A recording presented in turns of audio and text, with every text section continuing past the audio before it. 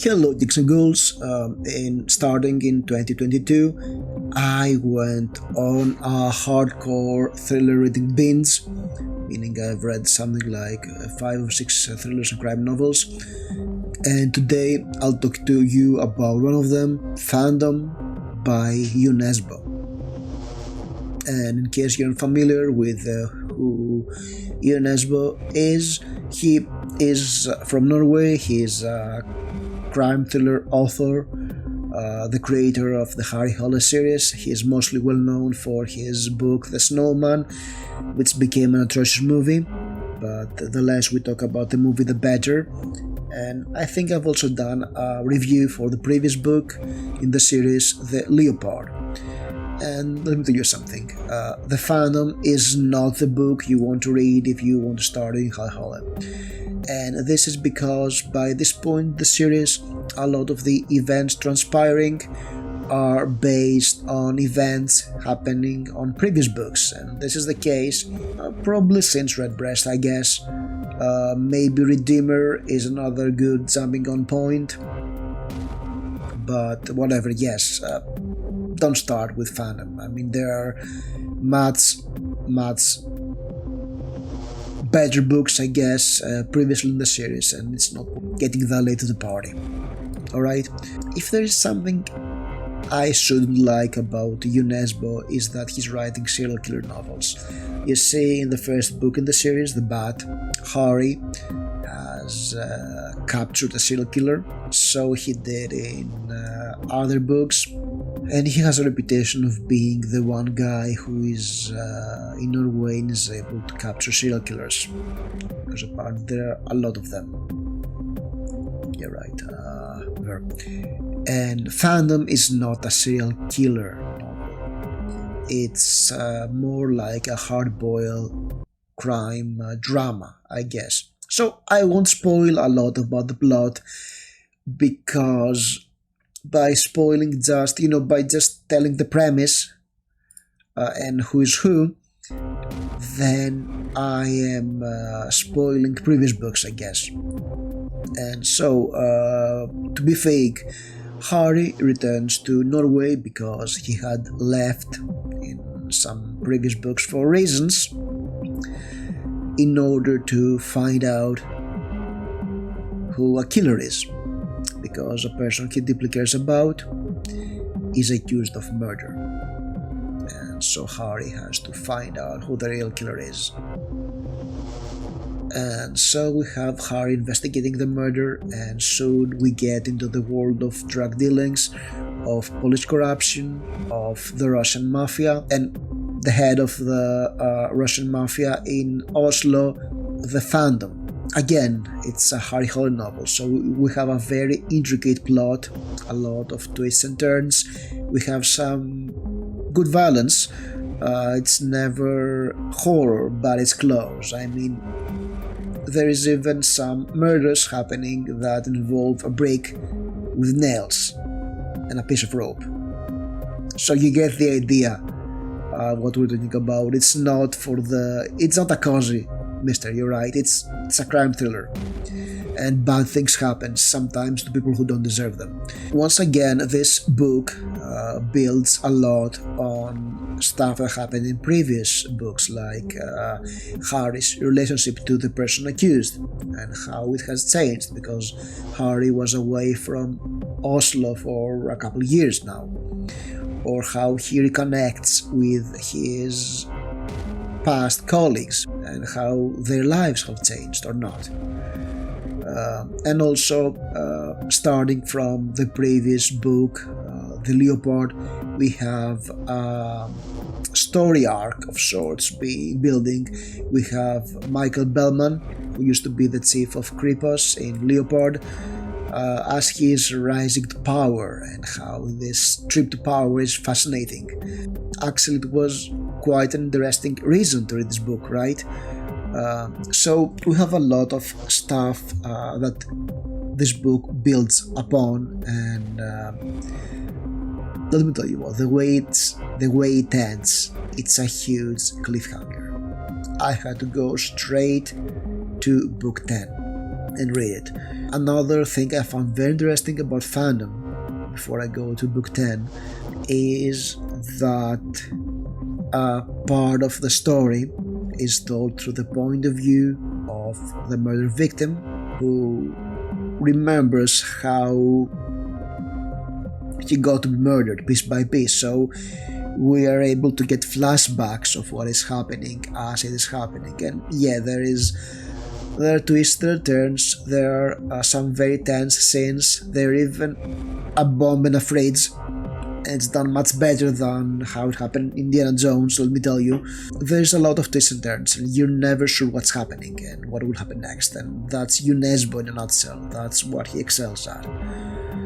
And when the book ends, you know what happened, you know who committed the crime, but you really won't know what happens next, because the way it ends is just you have to go dive into the next book. And I pity those poor souls who read the book when it came out and had to wait for the next one.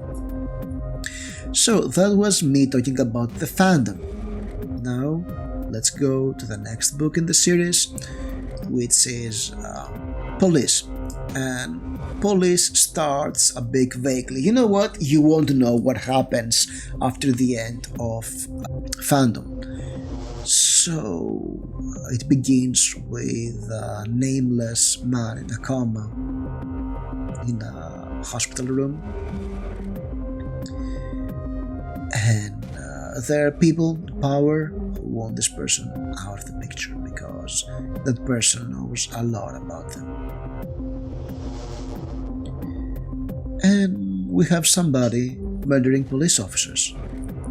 So Harry's former team have to join forces without Harry, of course, who is not able to be with them. And they have to find the killer. Yeah, I think this book does a great job at this point, at least, at portraying how important Harry is. Because Harry Hole is not a great guy, right? He is a drunk, he is probably depressive, has PTSD from events that happened, and or he's a recovering alcoholic, of course. But he's also brilliant, and it's his brilliance that is driving him towards being the great, really, towards he's self-destructive. He is brilliant at finding murderers, but that also makes him obsessive and a very bad person at dealing with everything else.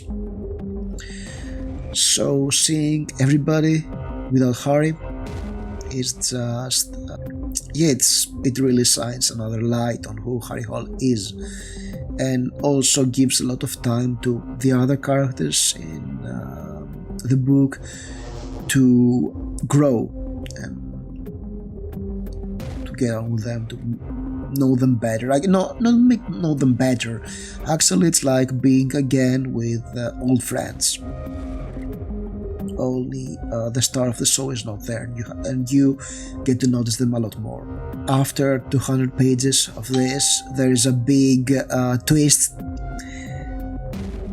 And actually, there is something about this book I did not enjoy that much.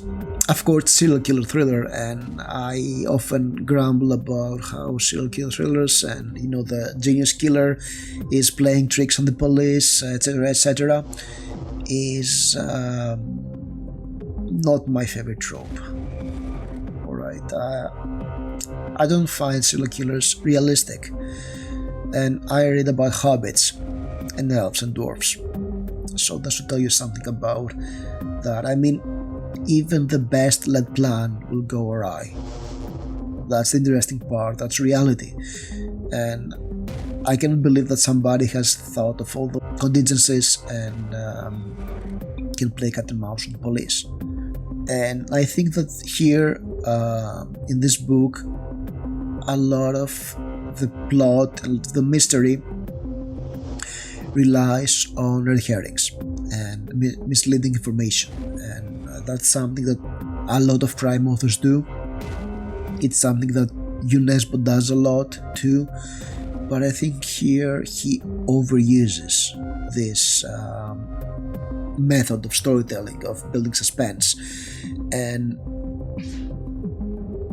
yeah, at this point I started to notice that Jo Nesbo is basically James Peterson, if only James Peterson did care about writing good books. Because let's be honest, he does not. But he's following the Patterson formula. It's about the main character who has troubled past, a lot of events happening, personal and also an investigation. A lot of stuff is built upon his relationships with others, with things happening from previous books. Like, yes, we still have the saga of Michael Bellman. This will be important throughout these 4 books, from Leopard to Thirst. But if you're a Harry Hole a veteran, you're aware of that. But James Peterson also relies a lot on misinformation, on giving you some information that you assume it's something, but it turns out it's something else. And yeah, in Police, I think that Jo Nesbo overdoes it. However, it's really interesting to see Harry. And something else, there is some sort of a side arc that starts in this book, and by the end of the book it's left hanging. So I guess we'll go straight to Thirst, the next book, because I believe that Jo Nesbo had Thirst in mind whilst writing The Police. But alright, let's stay with The Police a little more. I think it was a decent thriller. It was not Jo Nesbo's best. I think it was, I'd say it's better than Bat and Nemesis, but that's not a very high mark, to be honest. It's I think that from the it's not weaker exactly, because at this point he's a much better writer than what he was back in the early books. I think that this book is a bit too complacent, but I don't mind, right? It was a fun read. It took me 4 days to read it instead of 3. So I guess, yeah, that should inform you about how more or little I enjoyed it.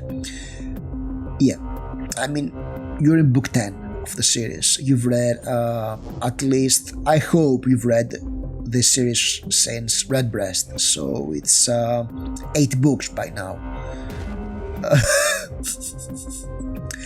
Right, so if you just finished Fandom and you're like, I'm not sure if Police is good, you know what, go for it, because you want to know what happens in the end of Fandom. The cliffhanger is just too good not to dive straight through, right?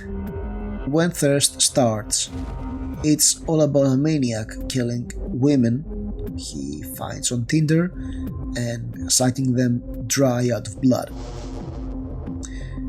And early on, we know that it's the guy that they never caught in The Police. So Harry and his team are trying to find out to capture this person, because they want to. It's unfinished business of sorts, and it's personal in a way. So they search for him, they try to find out more about him, they try to find him. Shenanigans ensue. Harry is a different man at this point. He has fought a lot of his demons, I guess, and he's trying hard not to go back into that space. He's not a police detective anymore. He went on, but he has to do something. He has to capture this guy, right? And yes, you know who the killer is early on, right? So what's so fun to read? That's something that nagged me throughout Thirst, but the pages were turning.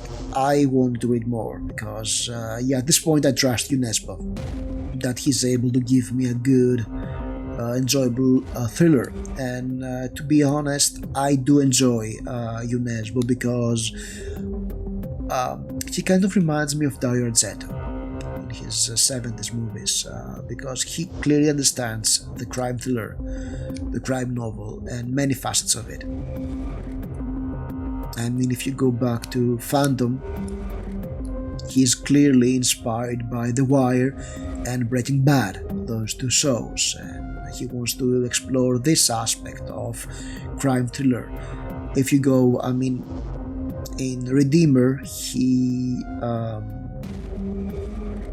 had a sort of a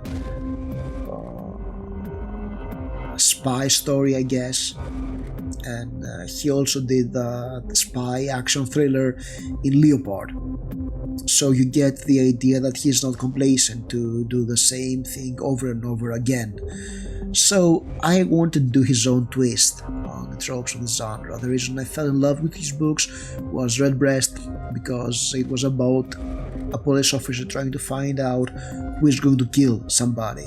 There's no murder, there's just evidence that somebody is going to murder somebody. So that I thought that this was very interesting.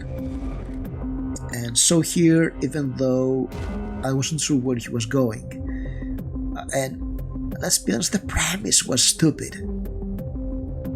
The premise is that there is a special type of psychopaths who are vampirists, and they won't drink blood, and our guy is one of them, and Harry is helped with probably the only expert in the world on this case, because it's very rare, it's not recognized.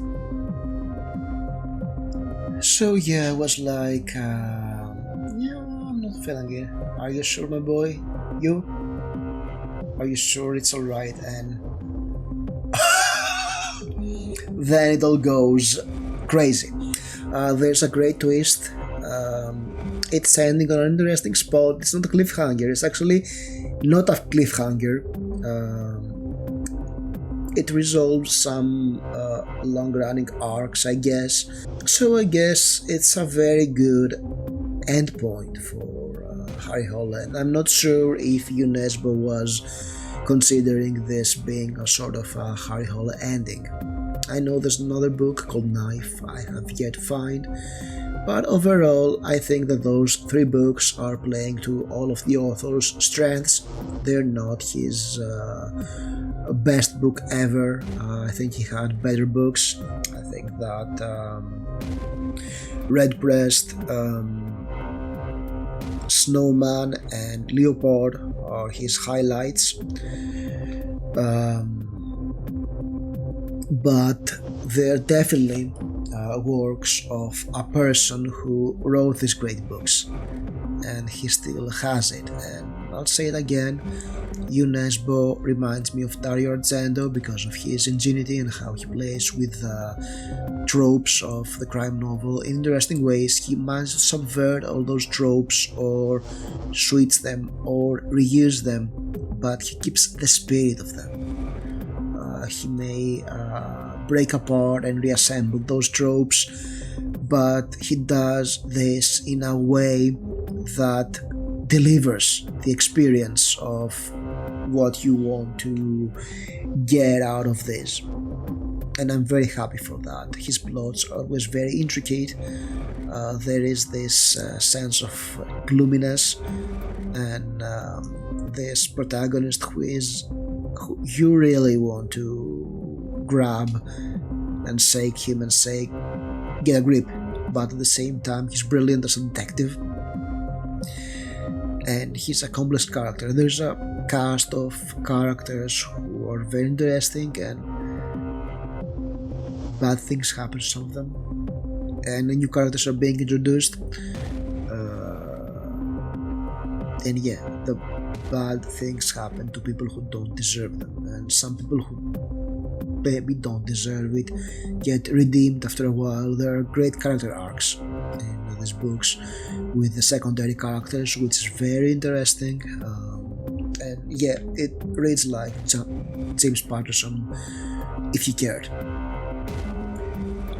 So yeah, Knife, I'm not sure when I'm reading Knife, but I definitely want to make a video about Jo Nesbo and why horror fans should give him a go. Alright, he's definitely a thriller author, but he's writing thrillers. I think that some of the gore hounds in the audience would appreciate his books, but that's another video.